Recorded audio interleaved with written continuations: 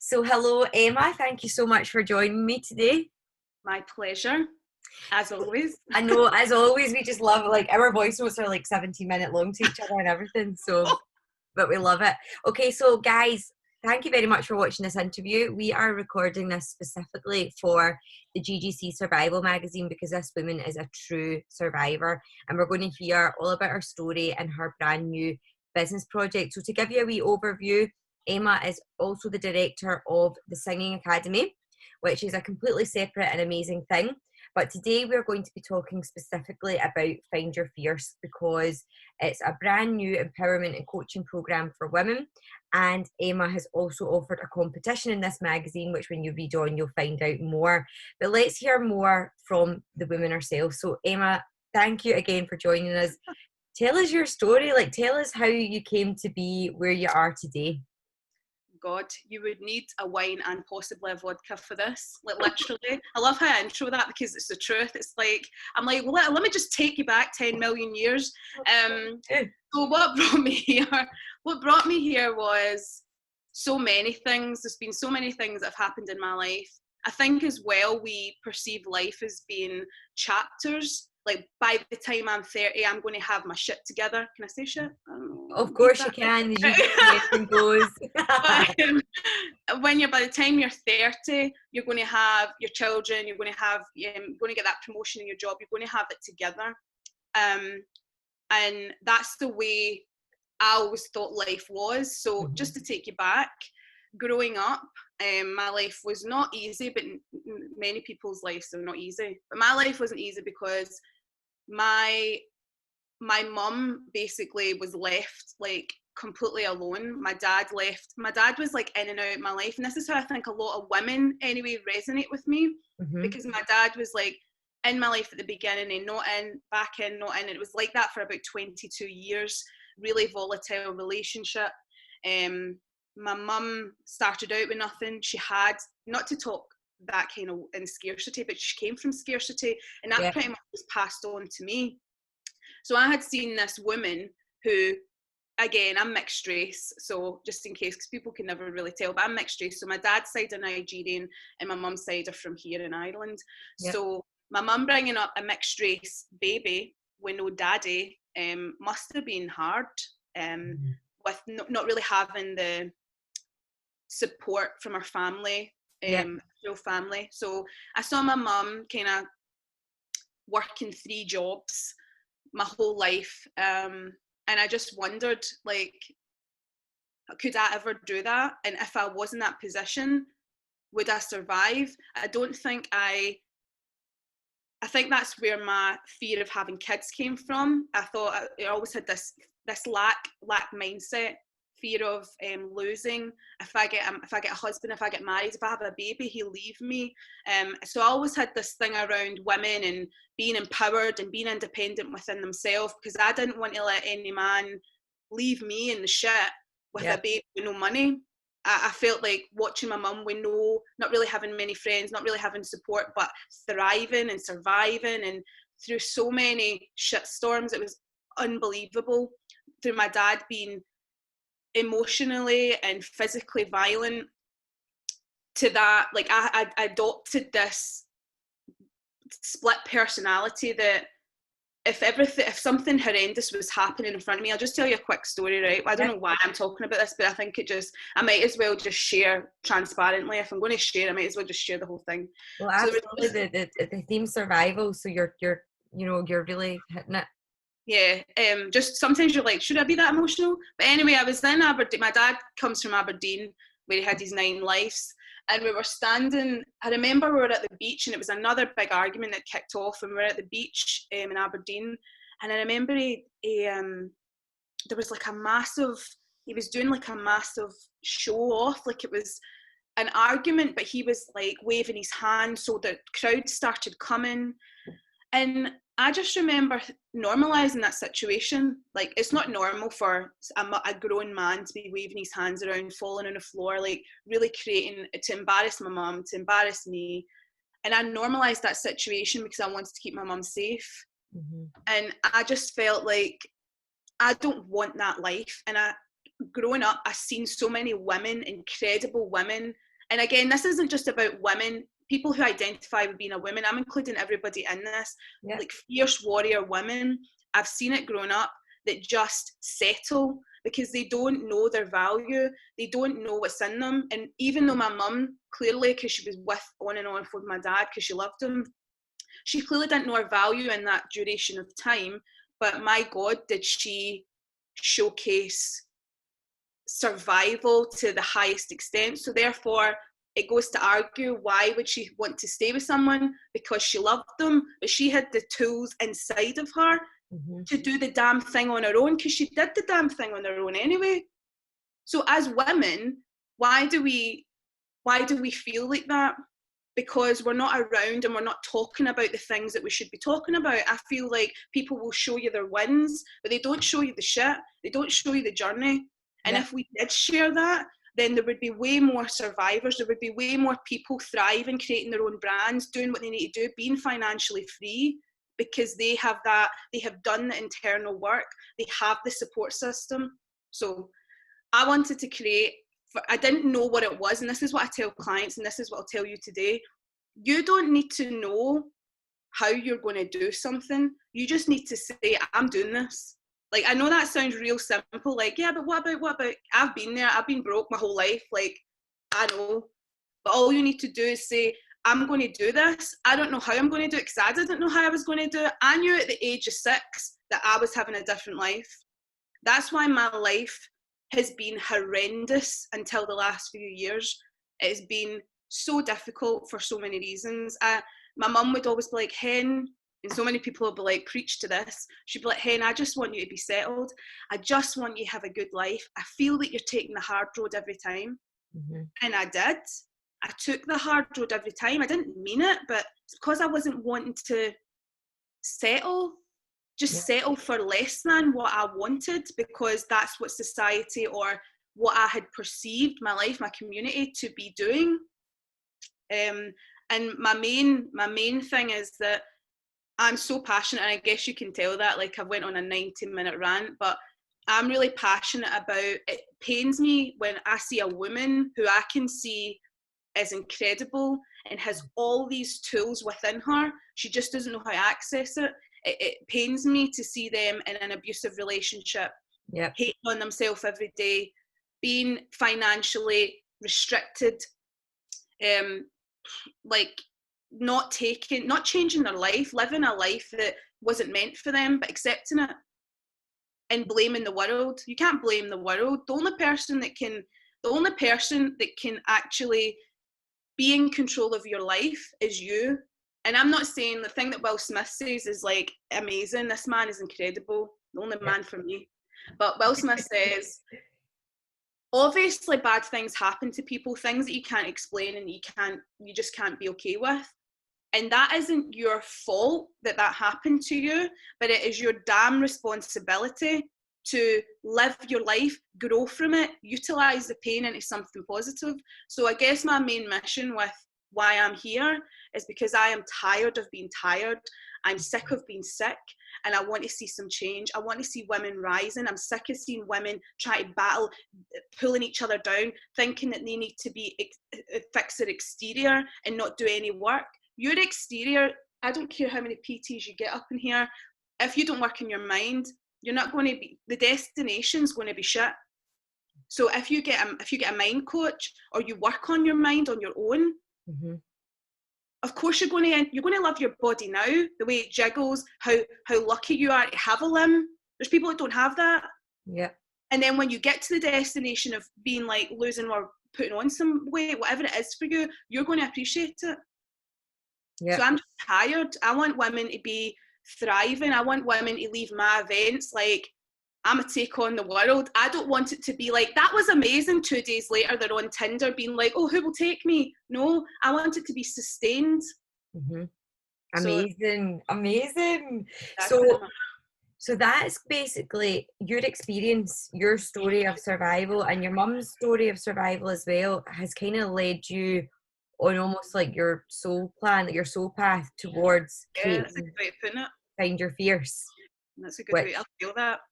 Well, there you go, doll. You can have it. So we spoke previously Emma, and you say some pretty powerful things, and I bet you, like, obviously anyone listening to this already knows that in sort of, you know, joining your program or catching up with you personally, you're going to hear some really sort of powerful stuff. Things like perfection eradicates progression. Oh, Like, so tell us a wee bit about like some of these things that you've said to me, because like when you actually like, it's things that people know, but when you actually hear, you're like, it's so true.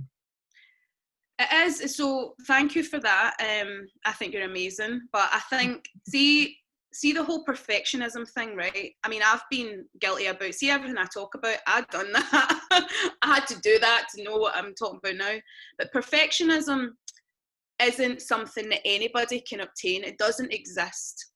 So if you are striving for perfectionism, then you're never going to get there.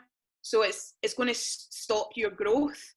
Yeah. So there's no point in trying to reach for being perfect. It doesn't exist. You're never going to get there. You're wasting time. And also what you're doing is you're wearing 9 masks. So you're stopping whatever magic you have inside you. You're stopping that person, your clients, potential clients, friends, relationships, romantic relationships. You're stopping that connection happening because you're trying to portray this person that you are never going to be and they're never going to want. So why the hell are you doing it? Like, it's ridiculous. See, when you actually stop and think about it, and it can be something as simple as a friend of mine who's in the fitness industry was like, you know, I really want to connect to my clients now, and I've noticed that when I open up more, I get more leads. And I'm like, no shit, Sherlock. Like, because when you actually like, so if we put it in terms of you and I, would we be sitting here if I hadn't just shared my hot mess? We probably wouldn't be, because you probably meet women who are killing the game every day. You probably meet women that are doing their own businesses and come from struggle. Let's be honest, you probably meet many of them. But because I've made a specific strategic decision that I was tired of being tired of having to wear different masks for different people and lose who I was. I couldn't even tell you who I was about 2 years ago because I didn't know. I didn't know who I was because I'm wearing all these masks. What would happen if we just were who we were? Because the biggest thing with the perfectionism module that I go into is the secret sauce is that they are going to judge it anyway. So then would you not rather be judged for just being you and chilling? It's like almost taking your bra off at the end of the day, like that really relaxing feeling, or when you let your belly hang out. It's like that, like it's like an enjoyable, you want to live your life with your belly hanging out. You want to have your bra off because it's relaxing. You don't want to spend all day in a tight pencil skirt trying to be the perfect person. It's exhausting, and it's exhausting for those around you. Yeah. So that's my point with that. The module is very in depth, obviously. Like I mean, you're going to be tired after that, but hopefully, like, freed.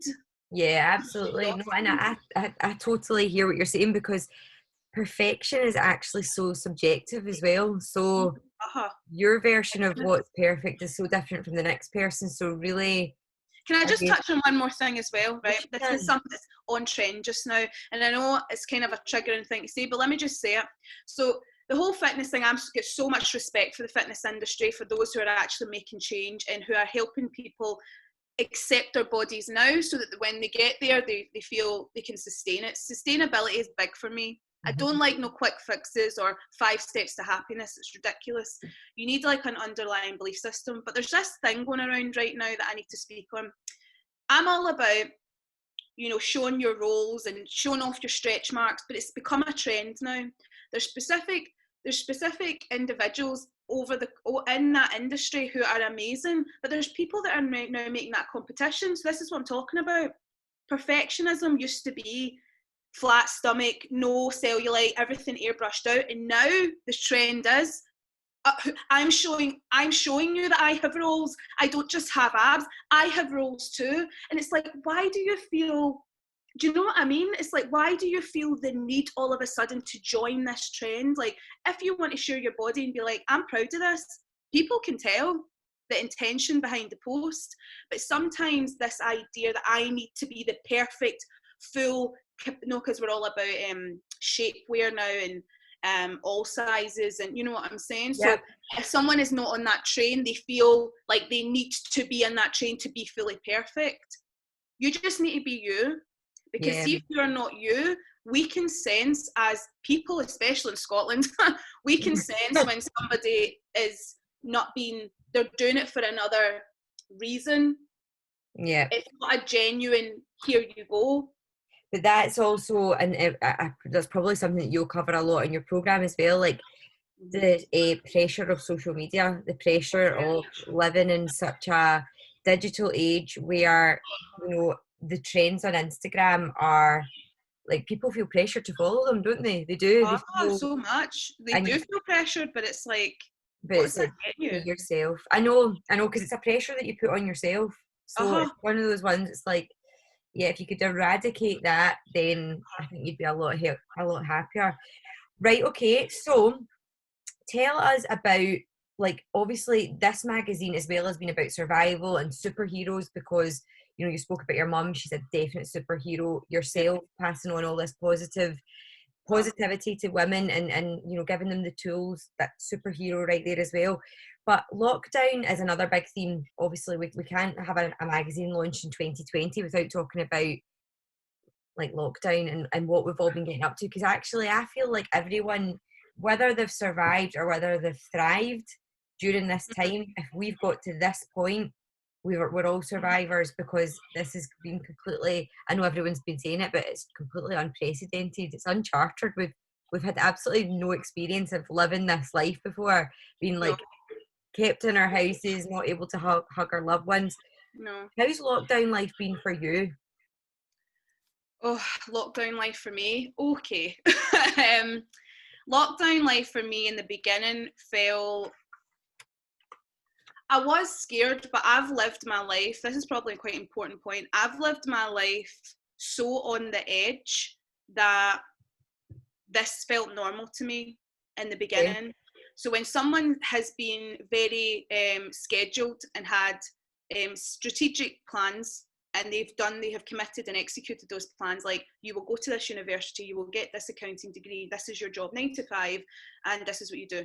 They've always known they could pay their bills every month. This is what I'm talking about. This feeling of security has always been within them. They've never known feast, famine. They've never known that. Mm-hmm. For me, I've always known since I was born, feast, famine, feast, famine. Mm-hmm. So to me, it felt natural. Coming into lockdown, I thought, I'm not feeling that happy with the way that I'm running my businesses. I feel exhausted. I feel it's all time for money. I don't feel I value myself and my expertise, because I am breaking my bum and I'm unwell now. I felt like lockdown in the beginning was an opportunity for me. So I was looking at this situation with open eyes and saying, where can I grow and what is my next move? Where there's a lot of people I feel just went into identity crisis and panic. Mm-hmm.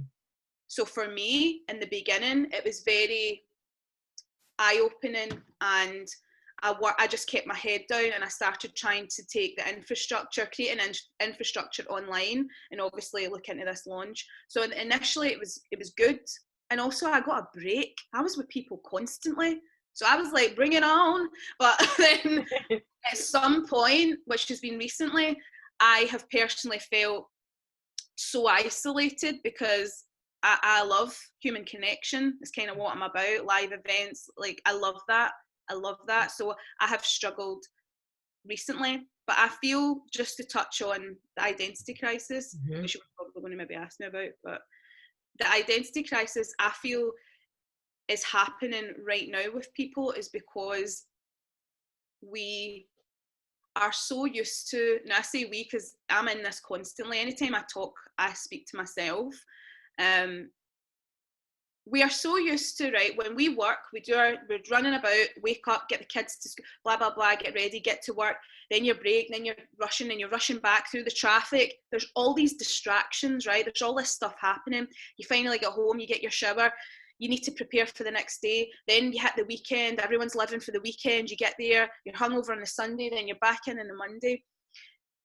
I feel there's a lot of distractions, but I feel there's a lot of numbing out that we do in the daily. We've normalised numbing out, haven't we? We've normalised it. So when lockdown has happened, with clients, with friends, there's so many friends that I've been worried about, that have sometimes been worried about me, because I used an example about, because this has happened to me loads of times, you've got your last £100, because I have done, this is what put me in debt. You've got your last £100, and because there's this crushing, debilitating knowledge that my life isn't where I want it to be, and that there's no money coming in, and I don't know where that money's coming in this time, I decide to go on a night out and spend that money. But then the next day, I hate myself, and I hate myself. I regret this feeling of loathing. So that's called numbing out. That's not called being kind to yourself and self-care and take time for yourself. That's numbing out. So there's been a lot of that in life. So when lockdown, with that shut off, it has debilitated a lot of people. But for me, it was good in the beginning. Then there was a bit of a wobbly bit because I've not seen anybody. And now I'm really utilising that to move forward into my new business models. So yeah, it's been weird.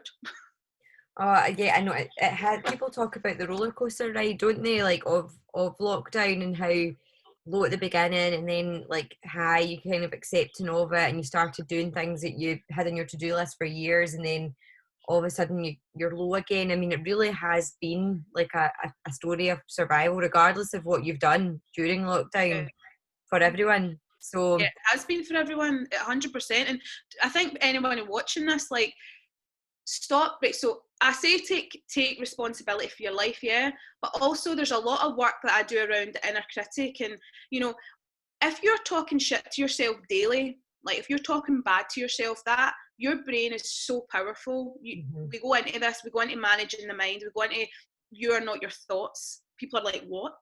Like, you're not your thoughts. Look that up. You're not your thoughts. So there's a thought process as well. I know I'm jumping about, but I think I'll just give an exercise because it's interesting. So if you take a thought like, I don't fit in my jeans. No, sorry, I look fat in these jeans. You're in Zara, bad lighting, you're sweating, you put the jeans on, they don't come over the thigh, and you're trying to like hold in the tears, and your thought in that moment is, I'm a fat mess. Let's put it there. That's what the thought is. And from that thought, we drop down. So you can write this down. You drop down to your feeling. So thought, I'm a fat mess. Feeling, no one will ever love me. You drop down to inaction or action. So say we take an inaction, which is usually no inaction. We take an inaction. We don't action it. We take an inaction. We drop this. So the inaction is we go and buy 10 tubs of Ben and Jerry's and have a Chinese that night because, oh well, it's happened. And then we drop down to feeling, self-loathing, hate myself. I feel like I can't really sit. I can feel my rolls. And then you drop down to that to result. And the result is us validating the main thought. So we validate, I'm a fat mess, to the result of that whole process has been, see, I told you, can't fit in these jeans, never going to fit in these jeans, never going to lose weight, never going to like myself. And we take that back up to the main thought. But if you go to action instead of inaction and you buy some bigger jeans, then you've got bigger jeans that fit you, and you can still go to your social events, but you can still do something about feeling better about your body, but you don't need to crucify yourself. That's the word. We crucify ourselves. And it's it's a thing that women especially are very good at. I know, because the pressures, and it's awful. It's awful that we should feel every single day talking to yourself. I mean, honestly, there's an exercise I do as well where you write down, just be honest with yourself. It's a brutal exercise, but write down what your inner critic is saying. Right, so you write down what you say to yourself on one day, just one day, the course of one day. You write down the good things and the bad things, and there's many bad things. And see, when you see on paper how you speak to yourself, and I say to you, I want you to say those things to me, and then I say, how do you feel? You feel like a shitty person because you'd never say that to somebody, but you say that to yourself every day. Every day. And especially during lockdown, where we've maybe had like time that we've never had before. So like you said, we're not running about, we're not picking the kids up, we're not like doing clubs, we're not working. Well, maybe some people are working at home, but you still got that extra time out with, because you're not doing the commute, you're not. So that kind of leaves this inner critic quite free to take up a lot of your mind, doesn't it? Like, it allows, when you're in times of silence, it allows a lot of that negative speak to come in, doesn't it? But that's an amazing way to put it, though. So, like, what you've just said is an amazing way to articulate this. So you're used to all that stuff, and then it leaves a lot of time. So this is the issue. The time, the loads of time means, because what is that? There's different layers. It's not just you've got too much time and you're bored. What does that time signify to you? What does that mean? It means that you're alone with yourself, with your thoughts, yes, but with yourself. And a lot of us run. So quickly, the brain obviously has not caught up with our us evolving, sorry. So the brain was designed to keep us safe. So when we are pushing ourselves past our limits, so we don't know our limits, because our brain gets to a point and it goes, let's get out here, and you go back to comfort zone. Mm-hmm. Instead of the life that you want, and you want to do these things. It could be endurance, it could be financial freedom, it could be whatever it is. Yeah. We get put back in comfort zone. And the funny thing about comfort zone is it's not comfortable. It's just familiar. There's nothing nice about comfort zone. Yeah. It's just familiar. But our brain, if our brain is telling us to run back to comfort zone, but if we kept going, we don't know what our limits are. We actually, that's how, because I was looking up about successful people, millionaires, what are their mind processes and how do they live their life? But it's about you creating new limitations, finding out where you can go, instead of allowing this to stop you and pull you back. Yeah, absolutely. It's like the negative I am, isn't it, that stops you from leveling up. So I'm not capable, I'm not, and then it just stops you, doesn't it, in your tracks? Like, completely. So what do you think then, Emma, what do you think you've learned about yourself in lockdown? Because obviously we have had more time to spend with ourselves and get to maybe get to know ourselves a wee bit. What have you learned about yourself? What have I learned about myself? Actually, I've learned more about myself in this time than I ever have. Mm-hmm. And this is why. I feel like I've learned my level of resilience. That's the biggest thing.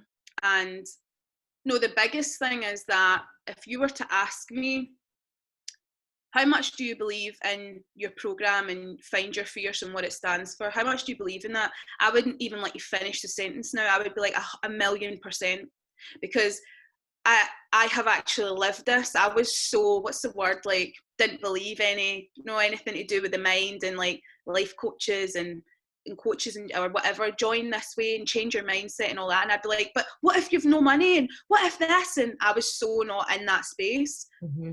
But because I've lived this and I have been able to engineer processes that I know work, like, I am so behind what I do now, and that is something that I have wanted. I could actually cry. I have wanted this my whole life. I've never felt like I fitted in for so many reasons. I've never felt like I was going to do it. My main thing, I think that's the thing that makes me emotional, is I never actually thought that I could create a life for my mum that she deserves. Mm-hmm. That was like going to be my biggest thing. Like, I wanted to give her financial freedom and give her some kind of appreciation for what she gave up for me. And for me, like, I now have this belief that I can do that. Do you know what? I don't know why I got upset there. Woo! No, but you're just being totally honest, and that's why. I think this is the other thing. I think we think as well that we can't get like upset, because I was like, don't cry. But it's so real to me. Like, this work is so real to me. Like, I can't express any more than this. Like, my work has changed. This work has changed my life, and I'm now going to be able to give my mum that sooner rather than later. The fact that I can call this my job and help women actually look in the mirror and be like, you can create the life you want, because they've proven it to themselves. That's the thing that I've learned, that that makes me so upset, because I had never thought I could do it, and really deep down I wanted to, but I never thought I could actually do it. Me, from the high-rise flats, every council flat, I never thought that I could actually truly look myself in the mirror and go, yeah, you can do this. Yeah. You know what I mean? Like, I never, and lockdown for some reason just pushed me, and I can now actually legitimately say that I can do that in the next few years. That's amazing. And honestly, I think there's so much to be said for you having lived the experience, lived, survived your story. It's all actual authentic learnings that you put in to your course. Oh, So like, it is. and that I think makes a difference, because I think sometimes when you're dealing with people in life that are telling you to do a certain thing or change your mindset, if sometimes if they've not maybe lived what they're trying to help you with, or Of course. there can be a lack of synergy there between you both. But whereas, Yeah. like you said earlier on, you've got women already that are really relating to what you're saying, relating to your story, relating to any hardships that you've been through. So there's power in that. Oh, there is, and the thing I need to say as well is, and I'm sure you feel the same with your amazing community, which is just, you're such an inspiration. It's Oh, insane. thank But you. Right for back at you. for me, it's like, you can't. For me, these women help me. Like, yeah, I know, and in that moment, I'm very much, all about them, and I'm very focused. But I let them know at live events, especially, like, I'm overcome. Like, I'm a hot mess all the time. I just cry all the time, because I'm just like, you've no idea what you've done for me. Like, what I just said there is what you who are watching will potentially do for me. You join the community, you join a family. It's like, it does a lot for me as well. Yeah, and that's the same. Like that's the key thing. Like you're creating a community. So, like I always say with the GGC, like a community stands for common unity. So you've got something that links you all together. And for you, obviously, you've got women that are ready to just level up and do what they want to do in life. So there's their common thing. So it's very, and I love the saying. It's like one of my favorite saying, that you rise by lifting others, because Oh, it's so true. Like for you to rise, like, my and do God. it on your own, it's almost impossible. Oh, So if you've got a community of women who you're all learning from, then that's all only going to serve to lift you higher. So it's absolutely amazing. it is, and the thing as well is, which it's always that battle. Do you overshare? Is that unprofessional? Like, let's just eradicate the word professional right now. Like, if you're showing up, like, if you're showing up with your community, and you're holding space, that they're holding space for you, that's a beautiful thing. Yeah. You're being professional by showing up, honouring your commitment to your community, honouring your commitment to yourself, and creating high quality content, infrastructure, and tools for your people, your tribe. Like, Yeah. I say to people, see if you own your space, stand in your power, and can appreciate and honour yourself, your tribe will come. Like, they will come. Yeah. Oh, I love it. I love that. And I speak to people often about that, your vibe attracts your tribe, because Uh, it is so true. And it's like, if you've got people that are always around you, maybe they're unconsciously doing it, but they're belittling your dreams, or oh, they're just not, it really does hinder you from going up, because it automatically makes you think, well, that's silly, or I would never be able to do that, or it's listening to like external naysayers and different things, isn't it? So important. And what you're creating is a tribe of women who are only going to serve to lift you. So I think it's amazing.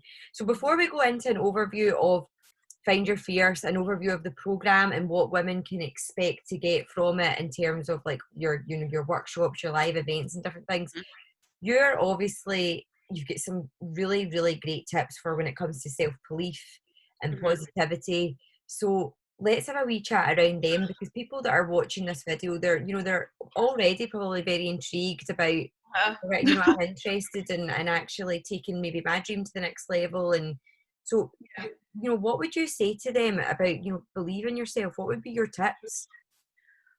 Oof, believing in yourself. My main tip for believing in yourself would be, You always say to me about challenging your thoughts. Like whenever we talk about self-belief, you say challenge your thoughts to me. So there's something, right, okay. There's something you just said that relates, it's really kind of a good segue to self-belief. So my main thing for self-belief, my main tip is control your environment. Control your environment. Now, just to go back on what you said, which was such a good point, but you just said it so naturally, because we all experience this and we normalize. We need to pay attention to what you're normalizing. So controlling your environment is like, look at your circle. So that could be your circle of friends, your family, who's in your life a lot, who's your people, who's your current tribe. When you leave them, how do you feel? And just be brutally honest with yourself. So you're speaking about how like the naysayers and the like people that you need to be careful of what you listen to. But my experience has been, especially recently, I've went through, I call it the year of shedding, right? Because I've had to I've been a serial people pleaser my full life. It was a disease. It was an actual illness. It made me ill. And I found myself I was very susceptible to being gaslighted and manipulated. If you need me going to gaslighting, I can. It just means that this person is making you doubt your own reality. So it's very connected to narcissism and narcissists, which I mean, I can do a full course in that shit. So if you're controlling your environment, it will be brutal, it'll be painful, because you're having to speak your mind, stand your ground, and reinforce boundaries or create new boundaries, because you don't even know what boundaries are. I didn't know what boundaries were. So my main tip for self-belief is controlling your environment, because as soon as you start standing in your power, which you know, because you'll definitely have experienced it, because that's what you just said, it would have been painful for you, because you could not have created what you've created, Laura, if you hadn't had to go through a year of shedding, if you didn't have to control your environment, if you didn't have to stand in your power, even if people that were your people were like, oh, you've changed, something's going wrong, I can't deal with this drama in my life. I've been trying to, they want you to stay in their level. They don't want you to thrive, because that challenges their lack of mindset. It challenges their beliefs. So I'm not saying you're up here and they're down here. I'm talking about on a conscious level. Yeah. They want to keep you there. So the biggest thing for self-belief is check your tribe. Like, seriously control your environment. It's going to be the hardest thing you do. Oh wow, yeah, it will be, because it's just something, and that takes you way outside your comfort zone or what you're familiar with, isn't it? Because it's heartbreaking.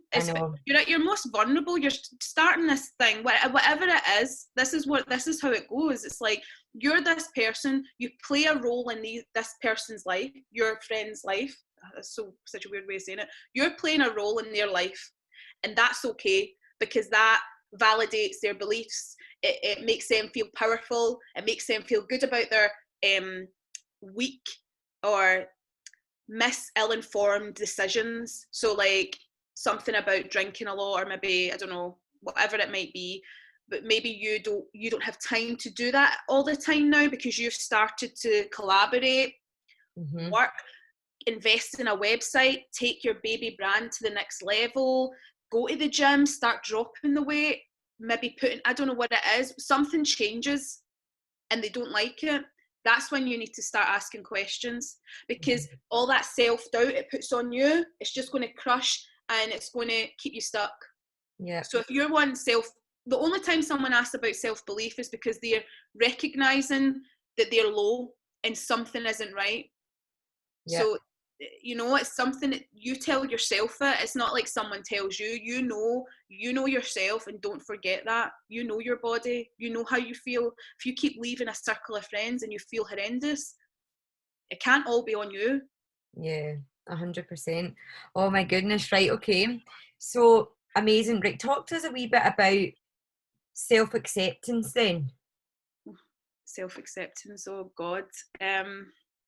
Because is that part of the journey almost? Well, it's definitely part of the journey. Self-acceptance is really the goal. It's about, like, that's probably why I was getting upset, because I'd never accepted myself, and I didn't think I knew that until lockdown. Right, okay. This is why it was such a big moment for me. Yeah. So learning to accept yourself is it's like a byproduct of this work. So you will have self-acceptance when you go through, for instance, the 6 modules I take you through will help you build that really strong foundation to self-acceptance. So like, I think I get a good way to explain this. So imagine a triangle, and at the top, a lot of the time I'll say self-actualization, but let's say self-acceptance at the top. So that's the pinnacle. But that's a byproduct of the insane work that you need to do down here to get here. Yeah. Right? So this work is the most important. So when I'm saying control your environment, that's one of the starting blocks. Yeah. Facing yourself, being alone with yourself, facing your truth, managing your mind, managing your thoughts. You're not your thoughts, doing the work. And then we go up. I'll take you through modules later, but that's what I think anyway. Like, I think self-acceptance is a byproduct of the work, because you need to be able to manage your mind. You need to be able to have eradicated perfectionism and done all these different things, all the things that are involved in self-work. And well, anyway, like, I can use my program as an example, but you need to do all those things, and then you accept yourself. You don't just go, oh, I've reached level 7 and I've accepted myself. It's just like one day, like I'm saying to you, it was my landlord went, how much do you believe that you, and I just was like 1,000,000%. And he was like, you didn't even let me finish. And I thought, no, I'm there. I do believe in myself. 100%. Oh, I love that. That's such a good story. Your landlord must have been like, whoa. Oh, my landlord is insane. He should be a business coach. He's been my rock. Oh, that's amazing. Another superhero. Drop him in. Well, that was a really good bridge then to talking us through the levels. So give us an overview then of Find Your Fears, the program, what women can expect. Like, give us an insight. So basically, the 6 modules, I just break down that. The 6 modules is you're building a strong mindset. So you're starting with the mindset, how to manage your mind, the processes, your inner critic, all that. Then we jump to using your voice to speak up. So we delve into feeling the fear and doing it anyway. Everything incorporated in how you utilize that chakra. How does that benefit you, and why does that vocal work and that in-depth process help you get to your self-acceptance stage? So then we go through Pain to Power, which is one of my biggest. That's actually going to be a mini course as well, from Pain to Power. So how do we take a painful situation and how do we transform that into something positive? How does that, because pain is growth, and that's why it's in the middle. It's the biggest module. How do we take the shitty things that have happened to us and make that into who we are? How does that help us be financially free? And just to quickly say, the whole reason I now have this brand that is going to give me that life, and give my mum that life, is because I took my pain to motherfucking power. That's how it's worked. So then number 4 is people pleasing. And I know you're like people pleasing, but people pleasing is, as I said, it was an illness for me, and it was one of the main issues and factors when I really scratched away at the surface. That's what was beneath it. I wanted everybody to live like me. It really affected me if people didn't like me. I would do everything I could. I was always apologizing. You know what I mean? To the point people would be like, why are you apologizing? So we talk about people pleasing, why that keeps you stuck, how freeing it can be. See what you're saying there, Emma. I have to just say, like, people pleasing is, I mean, it must be so built into so many people. Like, because I always say, like, the only person that isn't pleased when you're a people pleaser is you, because you're so burnt out. Like, and people probably do it and don't realize that actually that is what's holding them back, because like you said earlier on, like, no matter what you do in life, people will either not like you for reasons maybe unbeknownst to you, or maybe you just have different personality types that don't gel. They won't like what you're saying, even if you think it's amazing and you don't understand why. So you're never going to please these people. Never. No, never. And this is the thing. So perfectionism eradicates your progress. Like, you can't, that's the perfect example of what we just said about perfectionism. People pleasing is not, you're never going to please everybody, so you're never going to be the perfect entity to everybody. No. It does not exist. You're going to be burnt out. That's a good word, by the way, because that's exactly how you feel. Oh God, 100%. Right, that So, sounds like a great module. So what comes up next then? relationships and dating, Mhm. which I thought was really important for so many reasons. I talk about gaslighting, narcissism, what to look out for, red flags, why we don't listen to them. This is all about validating yourself. Mhm. And then the last one is confidence and fulfillment, which is pretty, obvious. It's like confidence and fulfillment. It's the pinnacle. Yeah. Self-acceptance is in there. So it's about truly accepting yourself, understanding what confidence actually is. You can't buy it off the shelf. It's a daily practice. Fulfillment is and should be our goal as humans. Yeah. Whatever fulfillment means to you, that's what we miss. That's why people are so empty. That's why people are on Instagram. And I've seen it because I've worked with so many different age groups. It's like you're seeing what's happening in school, the bullying rates, and then you see even in the 20s to the late 30s, blah, blah, blah, that on Instagram, and it's like being so busy looking in everybody else's lanes. Who's driving your car? That's what I honestly ask people. You're so busy looking at what you don't have and look at them and they're doing this and so annoying and going through every story even though you hate them. And why do you hate them though? Because she's smashing it. Well, then who's driving your car? If people really concentrated on themselves, they would ask themselves more honest questions. Yeah. I say to people, stop buying into your bullshit and ask yourself some really hard on questions. Like, be honest with yourself. That's why no one likes to be alone. Not no one. Most people are like, I need to be busy. Because then you need to face things about yourself that you don't want to face. Wow. Like it sounds amazing. So you take girls through the modules, and it's a 6-month program, isn't it? Yes, it's a 6-month program. Another thing I was going to mention is it's a drip content. The content's dripped, so it's like every month. So you won't get access to all 6 modules at once. Mm-hmm. You'll get access to the intro module, and also the build a strong mindset together. And then the next month you'll get using your voice to speak up, and then pain to power. Yeah, and it doesn't matter when you join. Right, so you can join, like Sally can join in March and Sarah can join in December, and they'll be on different modules, but they're still in the private community. Yeah. And that's the thing. Yeah. People can come on this private community.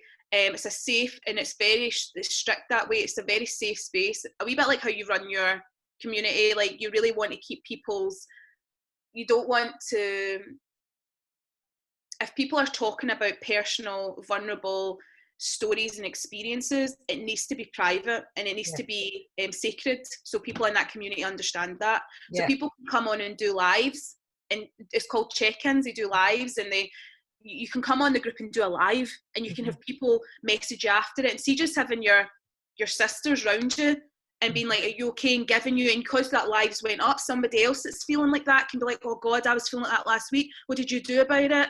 That's the main thing about this. It's the community. Amazing. That is so exciting. And basically lockdown has enabled you to like, obviously it was always there, but you've basically fine-tuned it into an absolute package of improvement.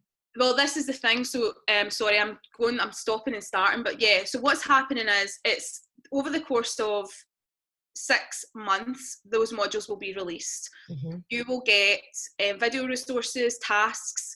You'll have a 1 live hot seat coaching group call per month from me. So we'll all the full community can join in, and these are really good because you get to see me coaching live, and it's from people all across the world. So it's not just a community that you think, oh, we're not just all in, like, from Scotland. It'll be people from all over the world, and it's a good way for you to see how I engage and how I work and how that person's feeling. And maybe you don't feel confident enough to come up and talk about how you don't know how to deal with your kid anymore. You know, you might not feel confident about that, but someone might come on and be like, he's left and I don't know how I feel and blah, blah, blah. And you might resonate with that. So it's a really beautiful thing to have. You get exclusive access to the private community group, like I said. There's learning materials, so that's PDFs, resources to the main site. I also do breath and vocal work. So a lot of your nerves, like, I don't know where you hold your nerves. Mine's is my stomach. Some people might hold it here, but it's all to do with breath. And how we don't breathe properly.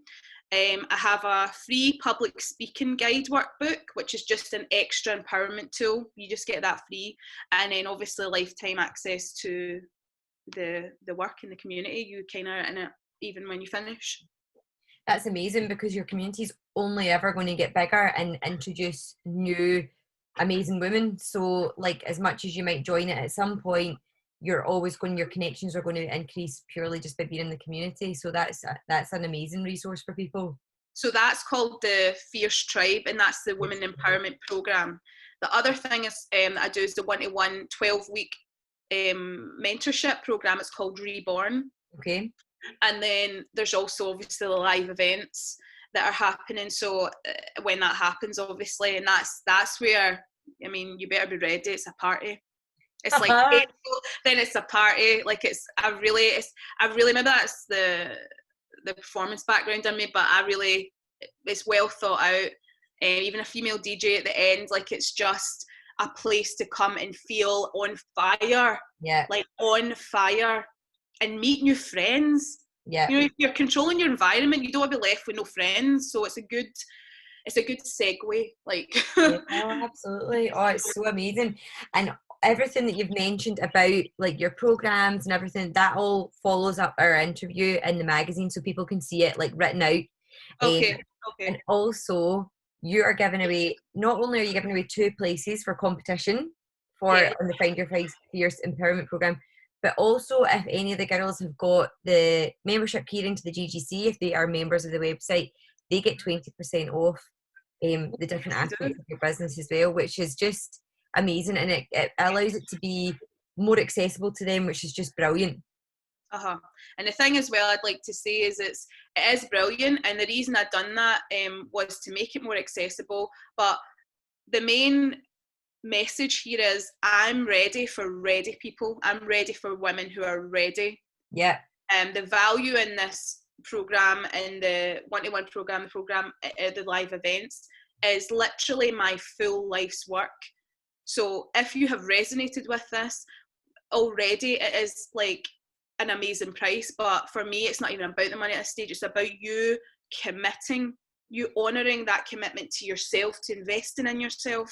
Yeah, I love that we were talking about before when you said it's an investment in yourself, because people, especially women, that might be a generalisation, but from my experience as well, women are the last people sometimes to be invested in when it comes to themselves. So, you know, you'll buy your kids whatever they need. Of course, you would do that. You'll buy presents for your friends. You buy presents for, and then actually when it comes down to you, you're like, oh no, I don't need that. I'm better spending the money elsewhere. And actually, this is an investment in yourself, which could affect your future. Like, this is like the most valuable investment. It'll change your life. But even if we're talking about something materialistic, right? Before that, so you do all these things for everyone else, but who's looking after you?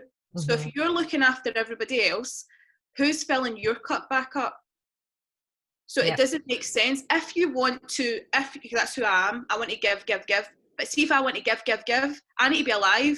I nearly killed myself, like, working, like, it was awful. I nearly killed myself. I made myself that ill. But who would then give? I would never have been able to do the thing I want to do for my mum. I'd never be able to have the life I wanted to have.